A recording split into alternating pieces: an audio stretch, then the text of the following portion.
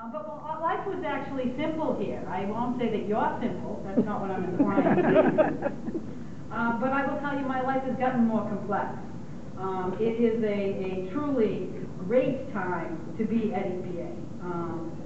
I really never thought I would ever say that. To be very honest with you, I've hated EPA for as long as I can remember. Because I love being at the state, and they always got in the way.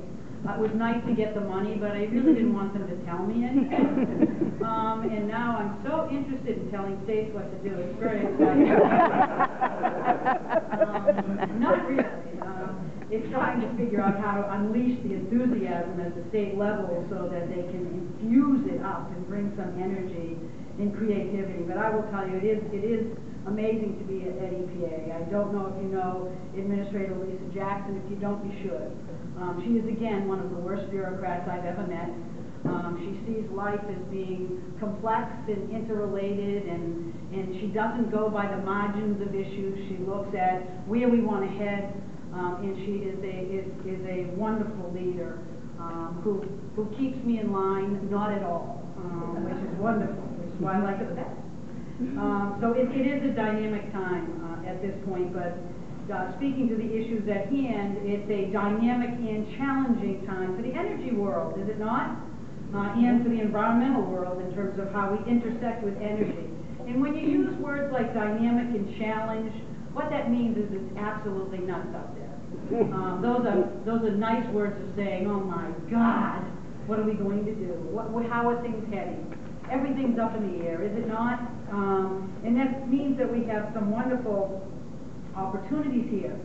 And so when I went to EPA, one of the first things I tried to do was get a handle on what people actually do there. What are the programs? What are we working on? What's the workload? And I will tell you, one of the things that we do at EPA, which you may not realize, is we regulate things. Did anyone say that? Well, I asked them, just in my air program, because that's all I'm dealing with is air and radiation, is I asked them to put together a sort of list of things in the pipeline of rules that needed to get done. And what I found when I took a look at that list was that I needed to have a resuscitation because it was a list. This just came to me maybe a month ago. It was a list of more than 50 rulemakings by the end of December. And these are not little rulemakings. These are rulemakings like CARE, like utility map, not little, what are we going to do with the chemical manufacturing industry in this one little unit? These were big things.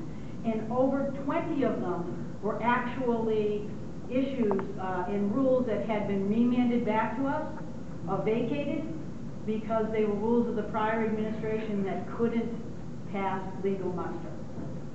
And so what we found was with each of those rules came lovely little presents that are called judges' decisions, not just remanding them back, but telling us just how we have to do the next replacement rule, which always takes away the flexibility that would have been great to use effectively had the rules been done in a way that would have passed muster through the courts. So we have the struggle of dealing with those rules and looking at other things, but with that struggle, I really mean this, comes tremendous opportunity. And what I'm trying to do with all of those rules together is to think more creatively than one rule at a time. I think we make a tremendous disservice, we do a disservice to the people that we serve if all we look at is our next step rather than the direction we're trying to head and what home might look like. How do we line up those rules to make sense? How do we begin, instead of looking at everything in little things, how do we look at a sector-based approach? How do we do it in a way that provides business certainty? You know, I've been meeting with utilities across the country, talking about issues that are coming up, because the utility sector is being significantly challenged. Every time I am turning around, I am dealing with petitions on permits for facilities. So even if you can figure out how to move through the process, your permits are getting challenged at each and every step. They are being challenged to EPA. EPA is being challenged to challenge your permits. You are going to courts. Courts are trying to figure out what to do. They're remanding them back. You're at the EAB, at EPA. it is a difficult time to be a utility and to figure out how to make investments in utilities as we move forward. And I think with that uncertainty comes an obligation. And the obligation on my part is to think about sending a signal to a sector like the utility sector that tells them where at least EPA thinks things should be headed. How do we begin to look at the patchwork of rules that we generally look at one at a time and look at where they are leading and how we get there and what that says to you in terms of the business choices that you're making and the choices that the investment community is making in terms of how they're investing in the energy sector from this point forward. And I think when I was in Connecticut, I actually learned a lot. I learned a lot about the need for the environmental sector and industries and regulators to work incredibly closely with the energy sector.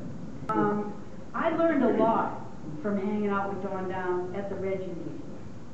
You know, one of the best things about the Regional Greenhouse Gas Initiative was that it forced the environmental commissioners and the energy commissioners to sit in a room together and to actually talk to one another, but to actually look at creating something together and looking at where that would drive the state in general or the region in general, not just the environmental world, but looking at that intersect. And it taught me a lot about the value of that discussion, the value of that joint vision. And I would also tell you that the work at CEAB reinforced that to me. It told me that it wasn't just about the environment and the energy world, but it was about the business world. It was about the environmental world. And it was actually about trying to talk about where you want communities to go, where you think you add value to people's lives in a positive way that doesn't detract from other parts of their lives. It's about doing environmental regulations that actually grow the economy, not that take money out of people's pockets or pocketbooks. And I am more now convinced than ever that there is an ability to do this and do this well. What we need is vision. But I will tell you, the reason why I went to work at the federal level is that we have a president that has a vision. I'm not creating it. We're trying to follow. EPA is trying to be a part of that vision. And what he talks about, instead of talking about air regulation or even greenhouse gas legislation, what he talks about is a clean energy future. And he talks about it in words that you can embrace. And the challenge that we have at EPA is to identify what that clean energy future might look like from an environmental perspective, and to figure out what tools we have in our toolbox to help make that happen. But it is a collaborative effort. It is an effort that EPA is not doing. We actually meet with DOE, God forbid. We talk to them.